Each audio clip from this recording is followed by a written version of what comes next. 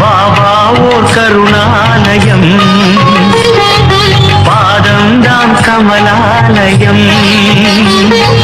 பாபா ஓர் கருணாலயம், பாதம்தான் கமலாலயம். சாயப்பா உறவுகள் அனைவருக்கும் வணக்கம். சாயப்பா மேல் நம்பிக்கை வைத்து அவரை நினைத்துக் கொண்டிருக்கும் உங்கள் அனைவரின் வேண்டுதலையும் சாயப்பா நிறைவேற்றுவார். நல்லதையே நினைப்போம், நல்லதே நடக்கும் என்றும் சாயப்பாவின் அருள் உங்களுக்கு இருக்கும். நம் மனதிற்கு இதமான சாயப்பாவின் இன்றைய அருள்மொழியை கேட்போமா? அன்பு குழந்தையே, நீ எந்த அளவுக்கு வாழ்வில் மிக உயர்ந்த இடத்தை அடைய விரும்புகிறாயோ அந்த அளவுக்கு பலரின் அர்த்தமற்ற பேச்சுக்களையும் கஷ்டங்களையும் கடந்தாக வேண்டும் என்பதை மறவாதே. உனக்கு எது தேவையோ அது நிறைவேற வேண்டிய நேரத்தில் நிச்சயமாக நிறைவேறும்.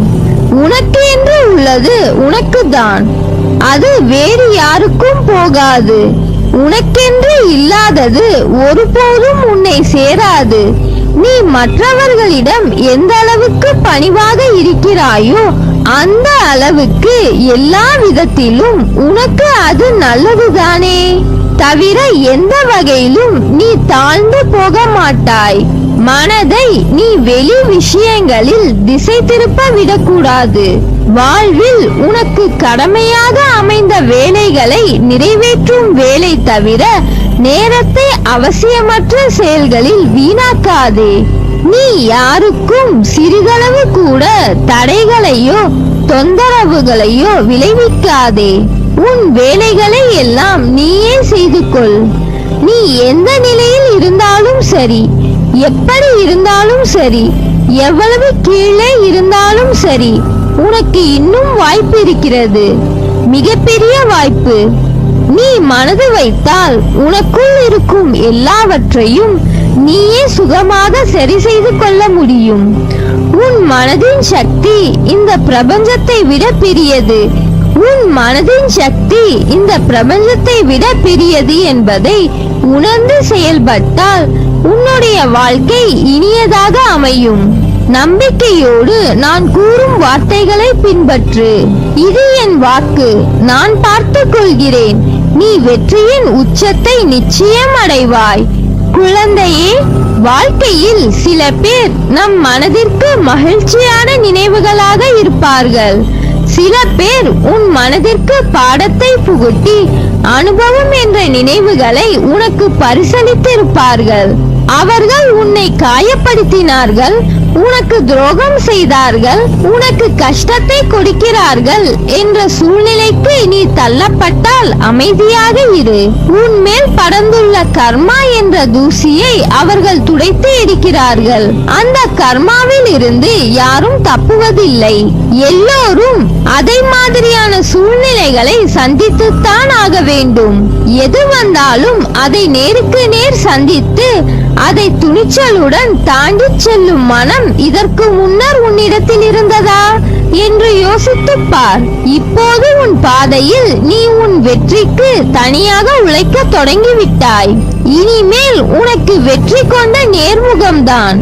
தடைகளை தகர்த்து உன் தடயங்களால் உன் வாழ்க்கை வெற்றியாய் அமையப் போகிறது. எதற்கும் வருந்தாதே.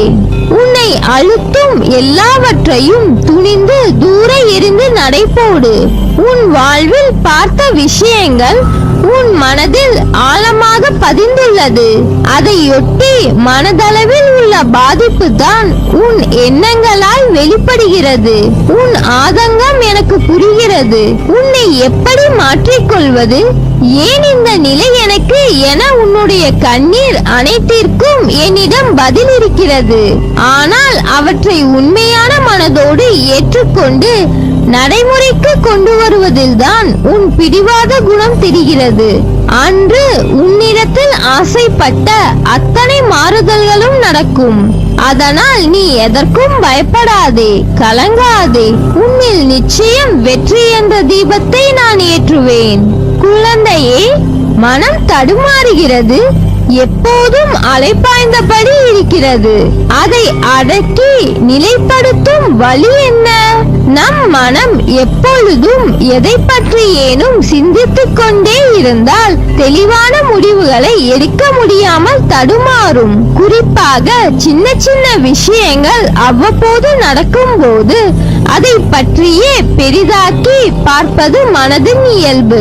உதாரணமாக, யாராவது நம்மை திட்டிவிட்டால் பதிலுக்கு நம்மால் திட்ட முடியாத போது நேரில் கூனி குறுகிவிட்டு அவர்களுக்கு பின்னால் அவரை மனதிற்குள் அதிகமாக திட்டுவது போல, அடிப்பது போல, கொல்லுவது போல கற்பனை செய்து தன்னை ஒரு பெரிய கதாநாயகனாக காட்டிக்கொண்டு ஒரு பெரிய கதையை பின்னிக் கொண்டிருக்கும். பொறாமை, சந்தேகம், அவமதிப்பு, கோபம், பயம், அவமானம், பேராசை, தற்பெருமை, கட்டுப்படுத்த முடியாமல் வளவள என பேசுதல் போன்ற உணர்வுகள் நம்மை தாக்கும் போது மனம் உழன்று அதில் ஏதோ தீர்வை காண்பது போல தன்னிலே உழன்று கொண்டிருக்கும். உணர்ச்சியை கட்டுப்படுத்த முடியாத போது அதை வெளிப்படுத்தி விடுவோம். மற்ற சமயங்களில் எல்லாமே மனதிற்குள் தான் அரங்கேற்றமாகும். அதனால்தான் மனநிலை கொள்ளாமல் தவிக்கிறீர்கள். இதை அடக்க வேண்டும். எப்படி அடக்குவது? முழுமையாக அந்த எண்ணங்கள், சிந்தனைகள் உங்களை கடந்து போகட்டும் என விட்டுவிடுங்கள். கண்களை மூடி அமைதியாக இந்த நிகழ்வுகள் முடியும் வரை உட்கார்ந்திருங்கள். கரையான்கள் புற்றிலிருந்து புறப்படுவதை போல இந்த எண்ணங்கள் மனதிலிருந்து புறப்பட்ட பிறகு மனதில் ஒரு வெற்றிடம் தோன்றுவதை உங்களால் உணர முடியும். இந்த வெற்றிடம் துவக்கத்தில் ஒரு சில வினாடிகள் வரை நீடிக்கும். இதையே பழக்கத்தினால் சில நிமிடங்கள் தொடரும். காலப்போக்கில் நிமிடங்கள் மணிக்கணக்கில் ஆகும். இந்த எண்ணங்களை கட்டுப்படுத்ததான் மூக்குக்கு மேல் புருவ மத்தியில் கற்பனை உருவத்தை நிறுத்திக் கொண்டு அதில் பார்வையை செலுத்துவார்கள். இப்படி செய்தால் எண்ணங்கள் தடைபட்டு விடும் என்பது நம் முன்னோர்கள் கண்டறிந்த உண்மை. இதை பின்பற்றி பாருங்களேன். எதன் மீதாவது ஆசைப்படுதல், எண்ணமிடுதல் ஆகியவற்றால் மனம் அலைப்பாயும். என் மீது பாரத்தை வைத்துவிட்டு இதை பின்பற்றுங்கள், எல்லாம் நாளடைவில் சரியாகும். குழந்தையே, நமக்கு இன்றுள்ள பிரச்சனைகளை விட நமக்கு ஏற்படுகின்ற குழப்பங்கள் தான் அதிகம். இந்த குழப்பத்திற்கு காரணம் ஒவ்வொரு நாளும் நமக்கு கிடைக்கின்ற வாய்ப்புகள், நாம் அறிமுகமாகிற புதிய சூழல்கள். இதனால் இது நல்லதா அது நல்லதா என யோசித்து குழம்புகிறோமே தவிர சரியான முடிவு எடுக்க முடியாமல் திணறிக் கொண்டிருக்கிறோம். இந்த நிலையில் இருக்கின்ற உன்னை சரியான இடத்திற்கு நான் அழைத்துச் செல்வேன். பிறந்த குழந்தை வெளிச்சத்தை பார்க்க கண் கூசுகிறது என்பதற்காக கண்களை மூடிக்கொண்டே இருந்தால் உலகத்தை பார்க்கவே முடியாமல் போய்விடும். நடக்கும் போது விழுந்து விடுவோம் என பயந்து படுத்தே கிடந்தால் வாழ்க்கையில் அக்குழந்தையால் நடக்க முடியாமலே போய்விடும். குழந்தையாய் இருந்த போதே நீ உலகத்தை உற்று பார்த்தாய். அந்த பழக்கத்தால் இப்போது உன்னால் தெளிவாக பார்க்க முடிகிறது. கால்களில் சத்தில்லாத போதே நடக்க பழகினாய். அதனால் இப்போது மான் போல் துள்ளி குதித்து ஓடுகிறாய். அறியா பருவ காலத்தில் உன் சக்திக்கு மீறிய விஷயங்களை தைரியமாக எதிர்கொண்டதை போலவே இப்போதும் எதிர்காலத்தை பற்றி அறியாத நிலையில் உள்ள போதும் தைரியமாக எதிர்கொள்ள வேண்டும். முன்பிருந்த அதே தைரியத்தை வளர்த்து கொண்டு பிரச்சனைகளை எதிர்கொள்ள முடியும். தொடர்ந்து முன்னேறு. எங்கு போனாலும் நம்பிக்கையும் திடமான அர்ப்பணிப்பும் இருந்தால்தான் நினைத்ததை சாதிக்க நம்மால் முடியும். நீ நிச்சயம் முன்னேறுவாய். உன் மனதில் எதிர்காலத்தை பற்றிய பயம் இருந்தால் அதை தூக்கி எறிந்துவிடு.